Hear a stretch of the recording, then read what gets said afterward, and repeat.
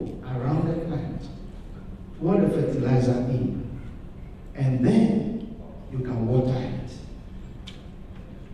it. Important ideologies are like the fertilizer, and when you pour it on the seed, will destroy your culture, your ideas, your plant, and what you want to reap out of that field.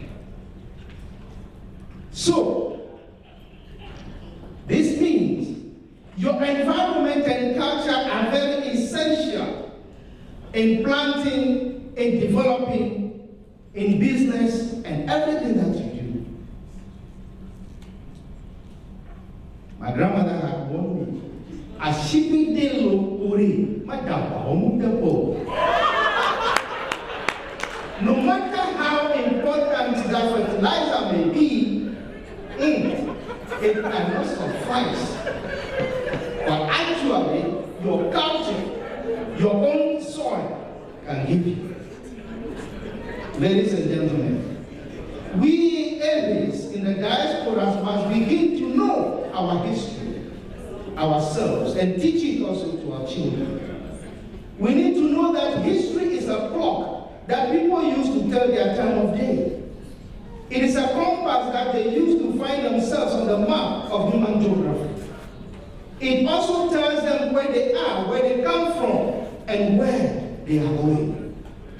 Most importantly, an understanding of the history of we Aries tells we Aries where we still must go and where we can be. To tell the truth,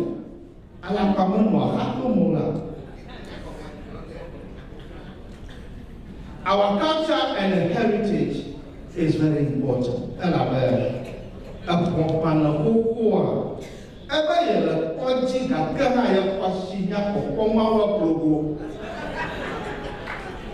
So that, in essence, our heritage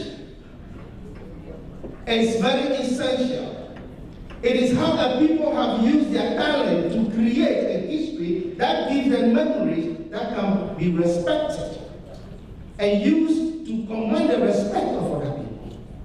The ultimate purpose of history and history teaching to our children in the diaspora is to use people's talent to develop an awareness and a pride in themselves, so that they can create better instruments for living together and for development of themselves. This sense of identity is the stimulation of a people's honest and creative efforts. A people's relationship with their heritage is the same as a relationship of a child to its mother. Recently, I met a man, and he told me he's my uncle. I asked him about his name, and he said his name is Habib. Habib. Habib. So I called my grandmother. And my grandmother said, the name is not Habib, it is Habiba.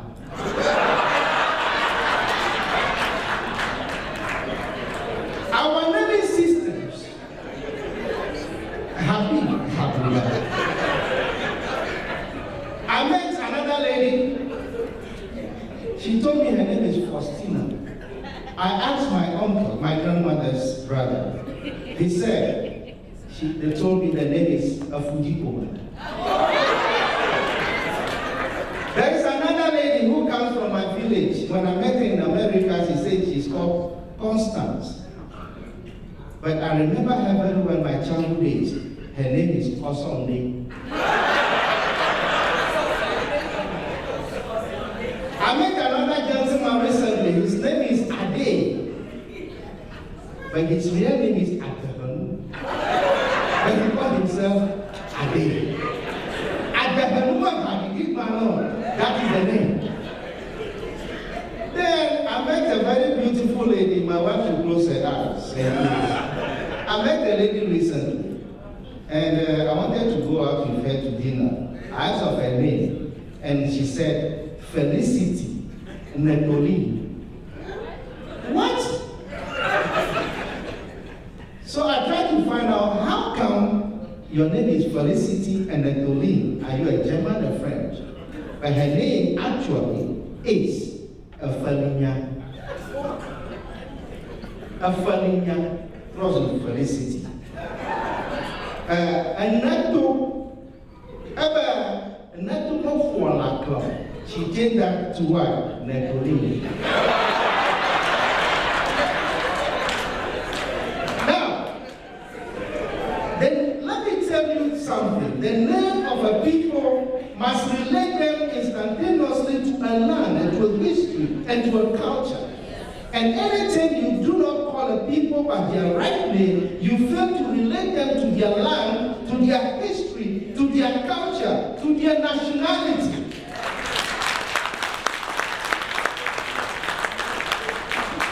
And so, our name indicates a location on the map of human geography. The name of every people in the world relates them to a country, of a land, somewhere in the world. And once you think instantaneously of that land, you think of their nationality. And if you think of your nationality, something tells you that you have a pride in yourself and you belong to something somewhere in the world. I really know that my time is almost up. But to be very honest, there is a song that I love so much. Abaja fufu ya emahu omi, aleshimala ya esora yama, yamato tonye, ato lori tomo, emahu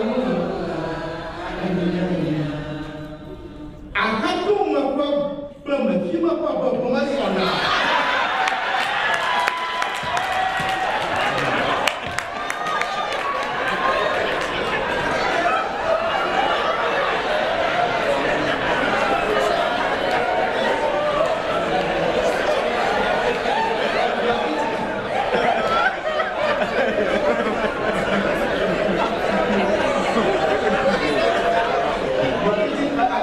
You are eating it 5 minutes into my time. Now, let me cut it short by saying, I have a friend whose name I don't know, and I can't name him. He has a hotel in Sogapapa. I knew this friend since 1979. And when you enter that hotel building, guess what? From the moment you enter to the time you get into your room, every bit of thing you see gives you proverbs, managerial expressions, and what have you. That hotel belonging to my friend, whose name I've forgotten, is called Contessa's name. And it belongs to Dr. Every even the channels are named according to our every proverbs. Names in every land. Go and see. I don't want to talk about the Akpa that they provide. Akpa only. Finally, let me end because I've been reminded my time is up. Before we ever thought, the Europeans thought of biodiversity. Before Europeans thought about ecology. Before they talked about the ozone layer, our ancestors knew more about it and provided us with what we call taboos and regulations. Now, some of these taboos, I want to highlight 2 of them or 3 of them, is that 1, you do not have sex or intimacy with a woman in the forest. The reason why our ancestors and grandfathers put a taboo down is simply that you have to avoid rape. That is the reason. So it has a scientific as well as a moral value. There are microorganisms, there are insects all around on the land, on the ground. And so by having intimacy on that particular ground in the bush, you'll be incurring or taking into yourself microorganisms or insects, etc. And it also avoids what? Rape. Another taboo they gave us is that you do not have intimacy with a young girl before puberty, right? that is why we have a name. And I'm finding out names of various towns, like Apipwa. The name is not Apipwa. It's Ahia, Ahia,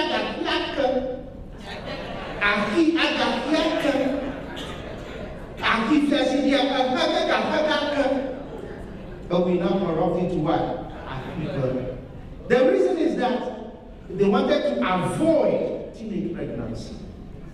So they line up puberty rights so that you do not have intimacy with our young women or young girls before they enter into marital union. I've been told that my time is up. Keep talking. Okay.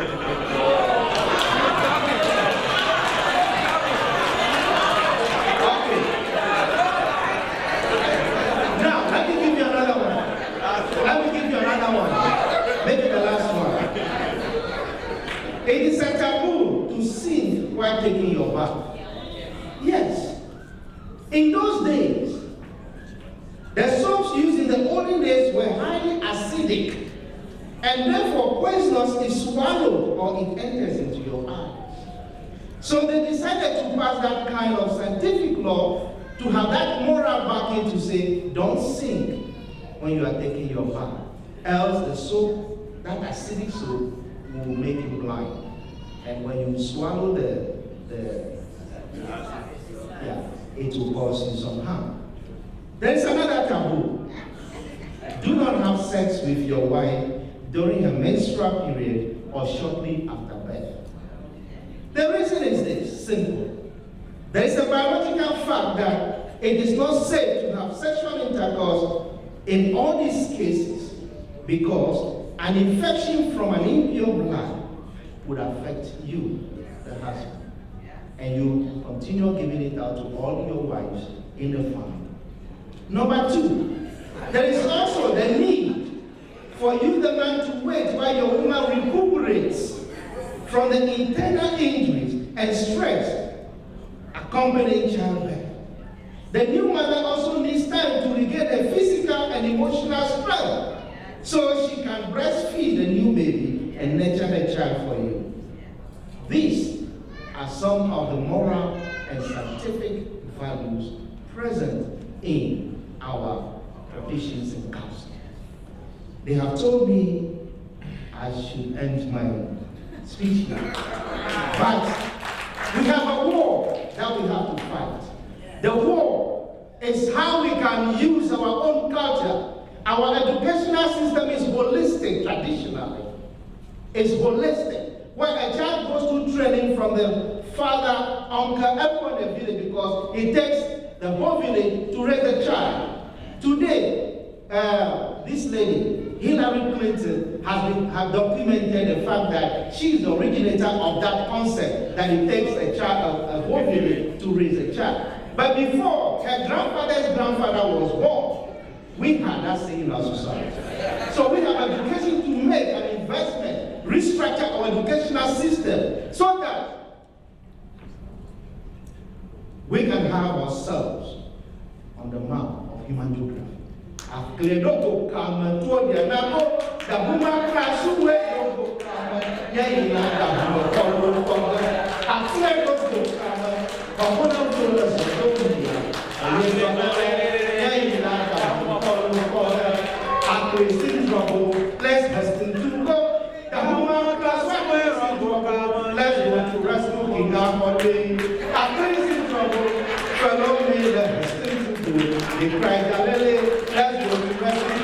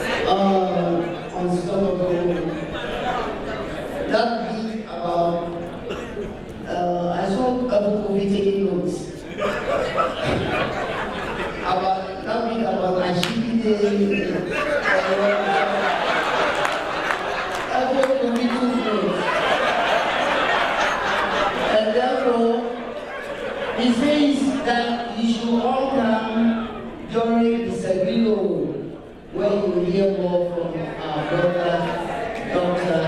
Adorabilia. I know that we want him for time constraints. I pity the next speaker, and therefore,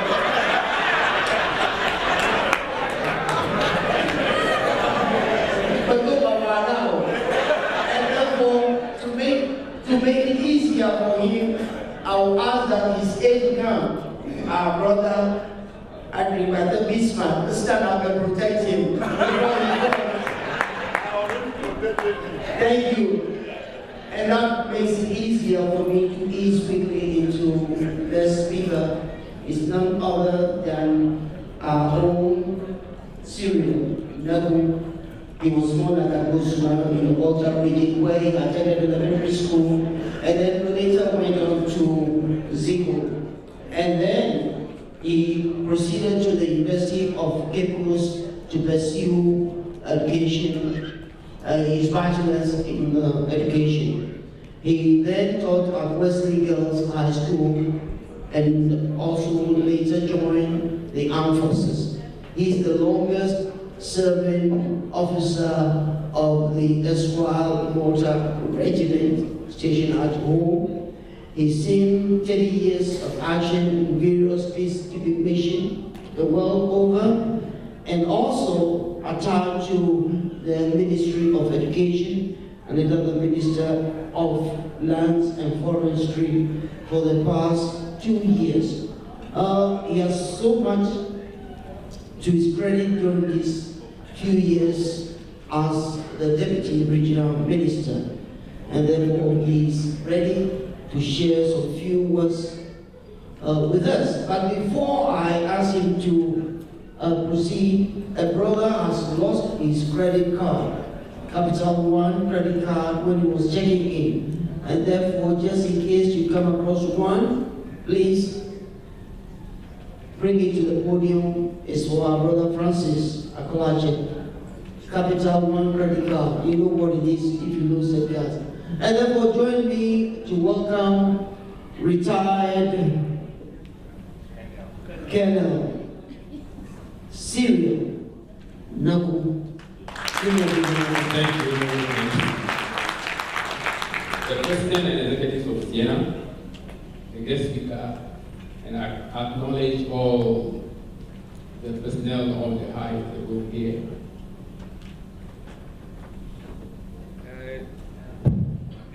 Distinguished invited guests. Hello, distinguished invited guests, ladies and gentlemen. After the very exciting presentation by Dr. Adorabilia, I don't think I will match up to whatever he has done, but I'll try to. Anyway, many are to come here. Mando Yafupe, Gaga, when America Yafupe, Kana Yafupe. I will speak in English, but it's not American English, it's Ghanaian English. I bring you greetings from Ghana, and especially from the Honorable Regional Minister, the Water Regional Coordinating Council, chiefs and people of the water region in the entire land. It's a great honor and privilege to be invited to be part of this convention and for the opportunity to address this august gathering of compatriots of Everland and our well-wishers. To me, it's a dream come true, and I wish to thank organizers and the entire membership of CEANA. I've been told I have some few minutes to talk. The main topic for the CEANA, the team is employing education and business investment as instrument for developing Everland. But I've been given a specific topic, that is investment potentials in the water region. We can discuss this topic the whole day, but I've been given a small few minutes to talk about it. Investment potentials in the water region. I used to take records to the old school economic theory of factors of production which identifies labor, land, capital, and entrepreneurship as essential factors for the establishment of an industry. Volta region has abundant land and labor, both skilled and unskilled, ready to support any investment in the region. Capital and entrepreneurship are what are lacking to spur development in the region. This is where you come in as people in the diaspora. You have seen it all. You have been here, you know what is investment, you know what investment does. So, this is where you have to play a very big role in investment in the Volta region. Mr. President, the potentials of the region are huge and numerous, but have remained largely untapped for lack of capital in entrepreneurship. Potentials in agriculture, tourism, manufacturing, education, health, and other sectors offer huge avenues for investment. Let me also add that the Volta region has also met the conditions and factors that facilitate the location of industries. By the action of government, electricity is going to every village. By 2015, every village in the Volta region will be connected with electricity. That started happening in the south. Even if your house is a single house somewhere, they are connecting electricity to all these places. And it's coming up, getting towards home. And by 2015, every village in the Volta region will be connected. The population and markets are promising. Local infrastructure, including good roads, are available. The hospitality of the people to nurture investment grounds it all. First, let us look at the location of Volta region. I will have shown you some slides, but they are not here. Volta region is strategically located to assess markets, not only in Ghana, but also in the Republic of Togo and Benin, and also in Nigeria. Not to talk about export to the ports of Accra and even Togo, ports of Tema and even Togo. If you look at the location of Volta region, we have access to the sea, so even goods can also be exported through the sea. The market routes are, if you look at the West African West African route from Nigeria, from Cameroon, it passes to Volta region. We are not landlocked, so the markets are available. Volta region, we have about, in the West African sub-region, we have about 250 million people for the market in the Volta region, in the West African sub-region. So if you produce anything there, we have the markets there, we have the routes there to transport this thing. So we can say that the location of Volta region is very strategic as far as doing business is concerned. This creates good opportunity for investing in the Volta region. The markets are accessible.